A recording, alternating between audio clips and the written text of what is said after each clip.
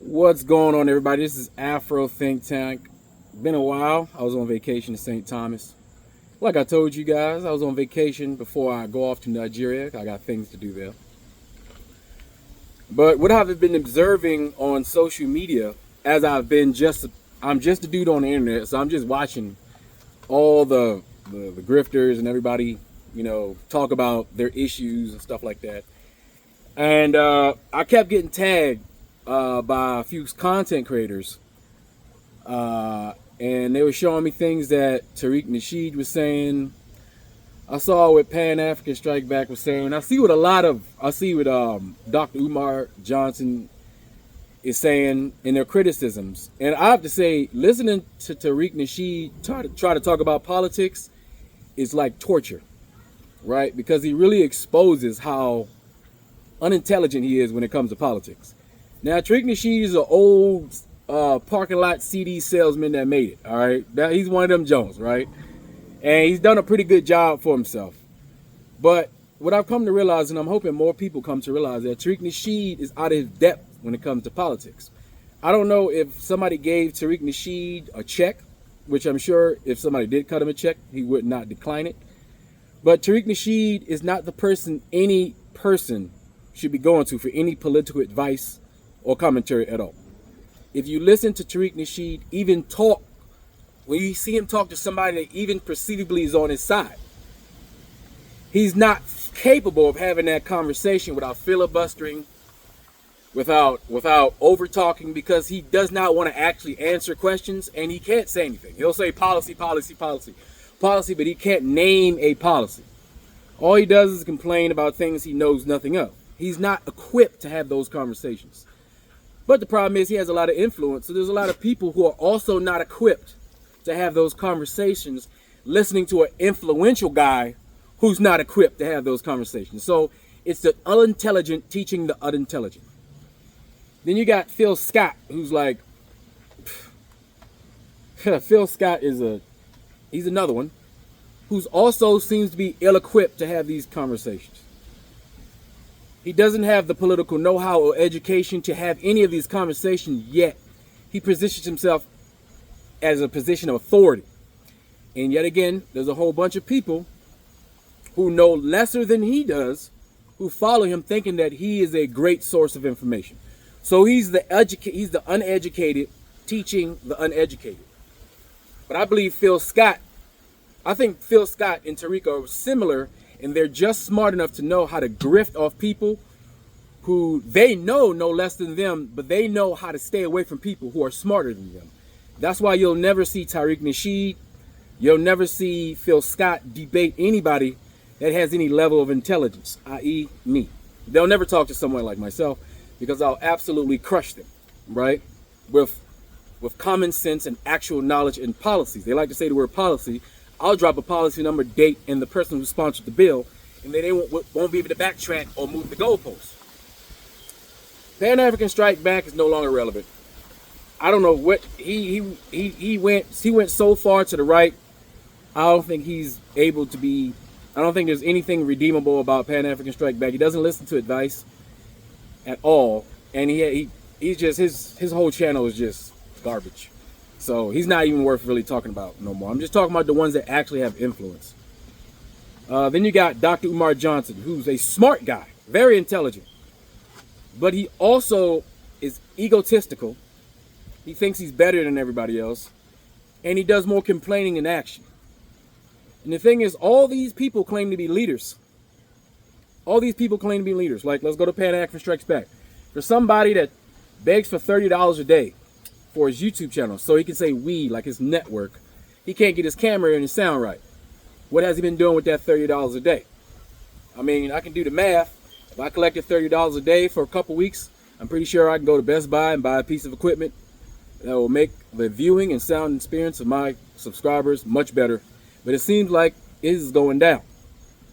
If I was getting $30 a day from my subscribers and if I was getting cash apps, I would actually go to a studio that was a studio, not go to my friend's office space and work out the side of his front store office or something like that, right? We all know what a studio looks like, all right? I don't know who he thinks he's kidding. But he considers himself a leader, not to be taken seriously. Tariq Nasheed people take him seriously, which I don't even know why anybody. There's no intelligent people taking Tariq Nasheed seriously, especially when it comes to reparations. Because when it comes to reparations, the actual reparations, that's a Pan-African job that's been done by Pan-Africans and the Pan-African Parliament and the African-American politicians and NGOs and business professionals who are looking to create policies to benefit all African Americans and African globally with their respective reparations and things that they're owed by the various different colonizers that take advantage of us, right? So Tariq Nasheed, when it comes to reparations, he's just he's a no-go. Also, he's switching his grift, which I think is a bad business strategy, towards a MAGA grift, which is a dead road. I don't know why he's going down that dead road. Maybe his ideas are outdated, because now the flavor of that month is gone. Tariq Nasheed's just a dude, an old guy who puts a lot of Beijing shoe polish in his beard and hair, know how to wear the same 3 suits a couple times. He can keep it together for the camera. Once that's it, that's not him. He's not that guy. All right. And only unintelligent people would follow him because he is unintelligent. He's just a good street hustler, but he himself is unintelligent, right? And we have to admit, in the African American community, in the community worldwide, we have a lot of unintelligent people, and we have a lot of people who didn't take school seriously, who skipped class, who bragged about skipping class, who got pushed through school because they didn't want to. The teachers didn't want to deal with them. The administrator didn't want to deal with it. These are the people who now have cell phones, who are now being called FBA. These are people who call themselves FBA. No self-respecting black person would ever detach themselves from Africa and switch to some FBA thing. No self. That's not what happens. And I live in the Mecca of the black world outside of Africa. The East Coast, Washington, D.C., DMV, the black part of America. That's where I live. Where you see the lowest rung to the highest rung of black excellence. You see the slums of black degeneracy. We have it all here, right? So we have the entire black world here. We have the politicians, we have the millionaires, we got the billionaires, we got the military contractors, we got the law enforcement, the security professionals, we got the data analysts, we got all the IT professionals, the robotics. That's all here where I'm at. So I'm exposed to the breadth of what African Americans have to offer, both good and bad, in this country, and the leadership that we have in this country. Now, Tariq Nasheed does not fit any of those molds. He's pure entertainment. Now, O'Shea Duke Jackson, for a person that's, not O'Shea Jackson, where I learned it from, but O'Shea Duke Jackson been kind of on Umar, with the situation between him and going at different actors and stuff like that, wanting to do debates and things like that. And D.L. Hughley said, let's do a debate at your school in front of an audience, which would be great. Even if the school's not open, that's still a great idea, good promotion for the school, right? I really do want his school to open up. But here's my problem with Dr. Umar Johnson. Dr. Umar Johnson is too smart to be pretending to be this ignorant in this political cycle. Because this political cycle is not a Democrat-Republican cycle. That's the truth. This is not a Democrat against Republican political cycle.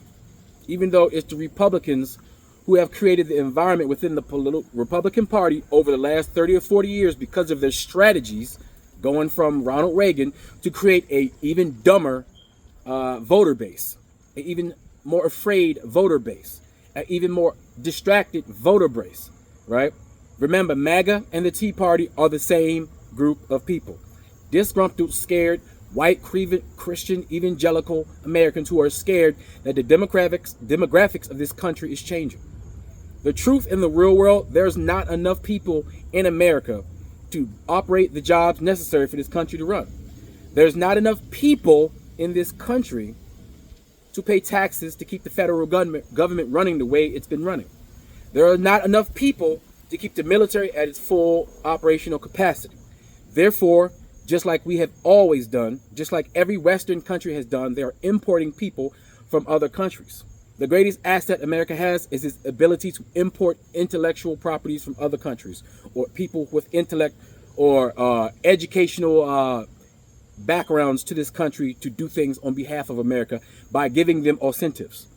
From the higher realm, we have the intellectuals being siphoned from all manners of places around Africa and Asia to go to the Europes and the Americas of the world to facilitate Western comfortabilities. That's why the same European who's in that middle class and low class, every time they look around, the professionals that used to be the pride of those Western European people is being done by those black people that they were told that they were better than. From the engineer to the doctor, to the lawyer, to the police officer, to the military professional, to the vice president, to the secretary of defense, to the president. All being done and outsourced. And these are the things that these Europeans who live in America are seeing, they're witnessing. These 80, 60, 70-year-old people who once remember the 50s, the greatest time to be a white person on the planet was the 50s. That's when everything came together. That 10 years of 1950s when America completely not only dominated all of the world, not just Africa, because y'all keep thinking that America just dominated Africa and Asia. No, America dominated Europe too.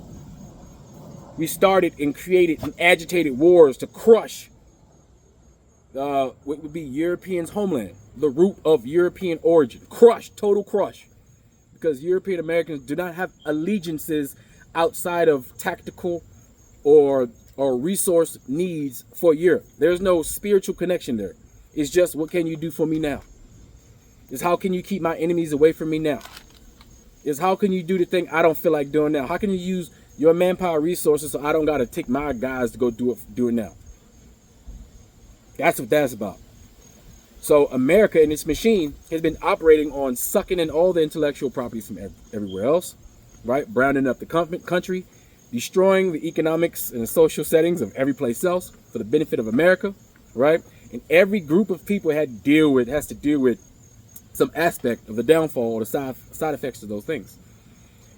And for these people to be so intelligent and consider themselves leaders, and they're saying, well, what president is going to give, I want something specific for black people, specifically for me to vote. So you're advocating for black people. We have black people calling themselves leaders, advocating for one to two things. Either they're not vote or vote for Trump.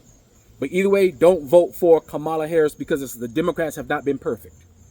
But yet these same people will not tell you what the Republicans and any policy that they have are going to do for us.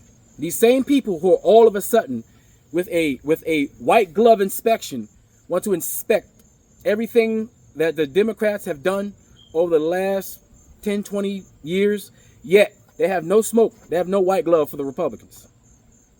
They want to hang on every word that Kamala Harris says when they continue to say the lie that she's not going to do anything specifically for black people. Like these so-called intelligent leaders are not intelligent enough to actually listen to the whole interview and understand the full context of what she was saying. As the president of the United States of America, you must do things that benefit all Americans. Anything that benefits all Americans benefits African Americans. That's how you operate when you're running for the presidency of these United States of America. If you want a president of African Americans, then make your own non-governmental organization and make yourself that leader, and then have them vote you in some sort of manufactured voting thing you make up, right? And then you become the president, right? And for all these leaders, you're asking politicians to give you something but you're the leader and you're not asking for anything.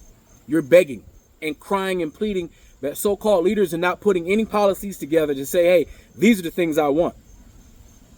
I don't see Dr. Umar Johnson getting together with any scholars saying these are the things that we as African Americans want in this community. These are the things that we will accept from the parties. These are the things we want from our Republican politicians, independent politicians, and Democratic politicians. These are the goals. As the so-called Prince of Pan-Africanism, right? It's supposed to be his duty, since he's the premier Prince of Pan-Africanism, the premier, number one, top dog, nobody better than him, most requested Pan-African in the world. Since he holds himself at that high esteem, and he has all these meetings with these so-called important people, and he does all this so-called important thing, then I would believe that he would have created himself a manifesto of things that it is that African Americans want, that we should be putting in bullet points that he can give to his constituents, so we can all be preaching those very same words to every politician that we encounter. So they know if they want the black support, this is what we're supposed to be talking about. See, if he was a real leader, that's what he'd be doing, but he's really a complainer. Now, I'm not saying he doesn't do good. He does do good. But when it comes to real leadership, he's a complainer. When it comes to actually taking action, he's just a complainer, because you know what happens when the problem's solved? He can't make no more money. That's the problem. You know what happens when you create the package and the bullet points? He's no longer in charge, because somebody can run off with that. And he can't hold that as the prince of Pan-Africanism. Same thing with Tariq Nasheed. Tariq Nasheed complains, but he likes to keep his hands off. He keeps 1 foot in the door and 1 foot out the door. So he has an exit strategy, because he knows he's not smart enough to handle these conversations. He knows he's not smart enough to do any of this stuff. You see, if Tariq Nasheed and FBA was a real movement, they would have been at the Democratic Convention, just like those Palestinians preaching on behalf of African Americans, the same way those Palestinians was preaching on behalf of the Palestinians. But no, he was too busy on his TikTok and his Twitter making his money and selling his Ugoon juice and all his other stuff, instead of going to the Democratic Convention in Chicago and actually make some noise where the real leaders are, the real decision makers are, where he can get exposure for real politicians and people who are really listening. You don't see Tariq Nasheed actually going where the politicians are and making a bid of it on behalf of FBA.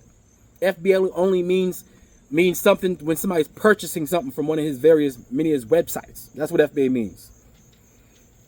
I think Yvette Carnell probably does a better job at least coming up with some policies that she think would be much better. At least she says a few things, even though she's very hateful and xenophobic. And these 50, 60-year-old men are so hateful and xenophobic, and they openly display their immaturity for the world stage. They embarrass us. I'm 41, and I'm much more mature than Dr. Umar Johnson, Tariq Nasheed, and Yvette Carnell. I'm just as world-traveled as both of them.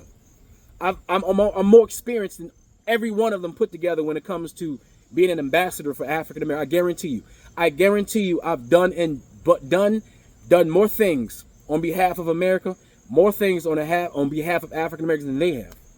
And I know people who's not online, African Americans, who've done more things in the real world than these charlatans on the internet who pretend to be leaders do, or to gaslight the world, make them think that they're these big figures that they really are, but they're really not. I know people who've done things way more to benefit African Americans than these charlatans that's on the internet that's here to be entertained. These Pan-Africans and pro-blacks for pay. These for show. And all these people, the saddest part is the smart ones know that they're taking advantage of the uneducated.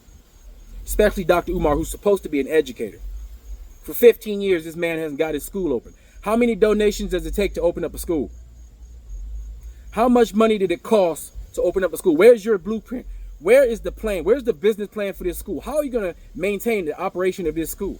Isn't this school supposed to open up in, September, a few days?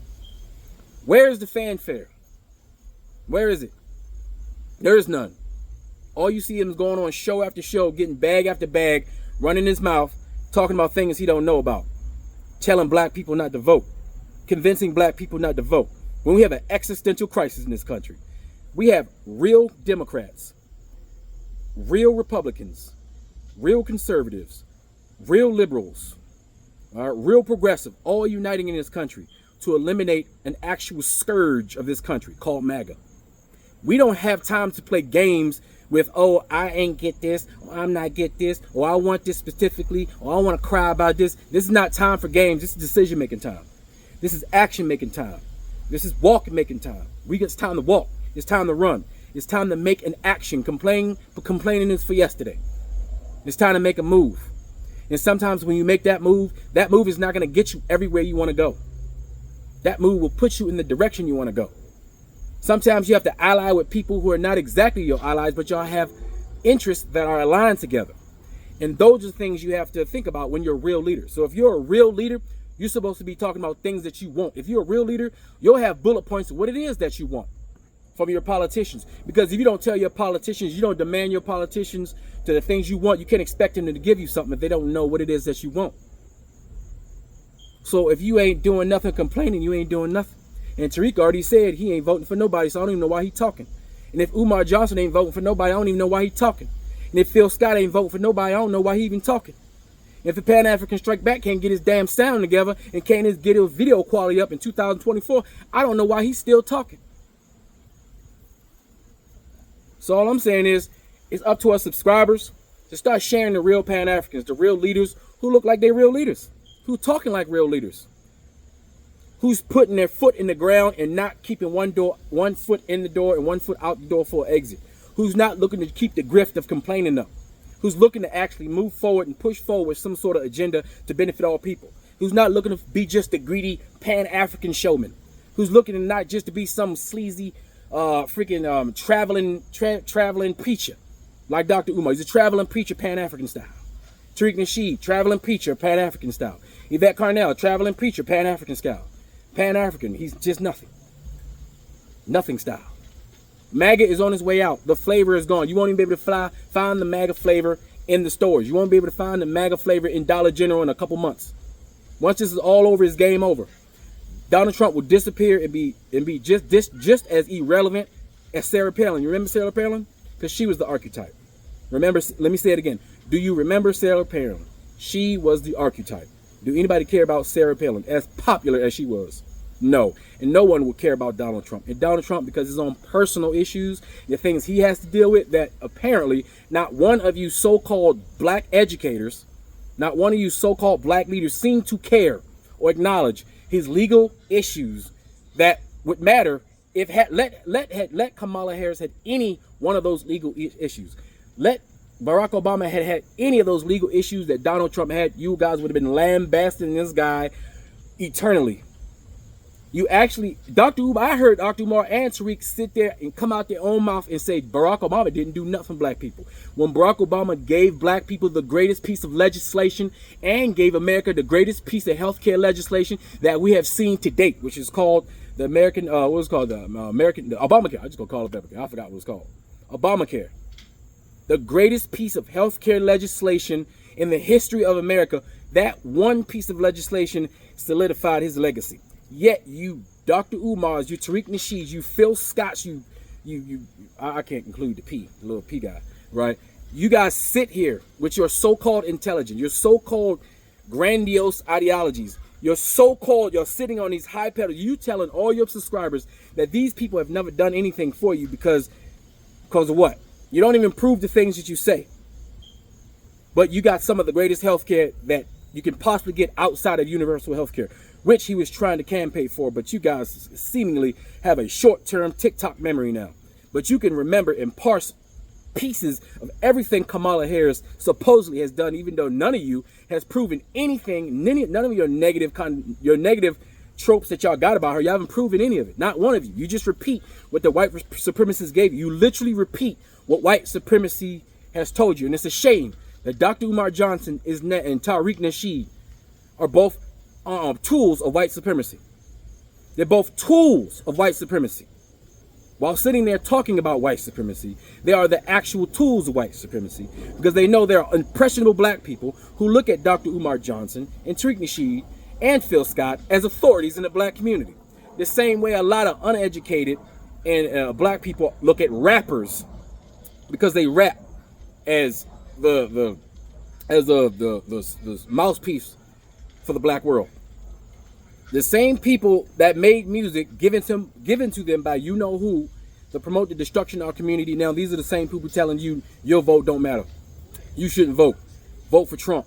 Trump's our guy. Kamala ain't black. The only people talking about Kamala not being black are xenophobic, hateful, self-hating black people that call themselves FBA and all these other little terms because they're afraid to be who they are. There's no one else doing it. You guys, because the white people can't do it on the Republican side, so they gave you guys the mission, and you guys took it like clowns. And I'm glad Kamala didn't even dignify it with a conversation. She shouldn't, because it's not even about her being black. It's not even about it, and that's the thing. It's not even, you guys are the ones talking about her being black, not her. She is the right person for the job. Y'all talk about how she's not qualified. She's the most qualified person to ever run for the presidency of these here United States of America in decades. And she just happens to be a black and South Asian woman. And the nerve of these so-called black leaders who dibble-dabble in snow bunnies and aquamarine chocolates, and especially Tariq Nasheed, come on now. Phil Scott, come on now. Notice all of them got their handlers. All of them got their handlers in their house. And Dr. Umar Johnson is that dude of Juice. He that dude of Boys in the Hood. Y'all know who that guy. They make the art that got. You know he got a snow bunny somewhere with a big booty and cellulite. You know it. And one day he gonna get caught. But all I'm saying is these guys are not your leaders. They're not your leaders. All right. And I'm glad this age of information is coming to light. There's more intellectual individuals coming out that decided that enough is enough, and these people should not represent African people on the world stage. They shouldn't represent African Americans in America. They shouldn't represent black people at all. And it's about time that even though there are black people even on the Republican side who are mature, who see themselves as small hat physical conservatives in its truest sense, but are more than likely socially progressive. Because even these so-called New Age Pan-African pro-blacks can't even tell the difference and don't even know how to tell the difference and can't articulate to their subscribers the difference between social conservatism, political socialism, democratic socialism, communism, Pan-Africanism. None of this. They don't even articulate these isms that they speak about. They just attach it because it's a vehicle for their grift. But anyway, I'm just gonna wrap this up. I'm just glad I see a lot of them coming out, and I appreciate Nappy TV. I saw Nappy TV try to talk to Tariq. I don't know how Nappy TV does it. He's not even a Democrat, and he's I don't know if he's a Republican. He's an independent. He doesn't like Kamala Harris, but he's responsible and respectful, and he at least knows how to use common sense, and he has a political astuteness and education about him. And even when he tried to carry the conversation with Tariq Nasheed, I can even hear the inflection in his voice that he was having an issue talking to this idiot. Because that's what it's like, talking to idiots. And we should stop talking to idiots. We should stop platforming idiots. We should stop supporting idiots because it's bad for our brains. We're consuming this. Remember, you are what you eat. You are what you consume. We have to start consuming these grifts. It's time for us to elevate in the age of information. Start consuming content creators who's actually going to create content that's going to benefit you and our people in the future. Anyway, tell me what you think in the comment section. It's Afro Think Tank. Learn some, teach some. I'm out.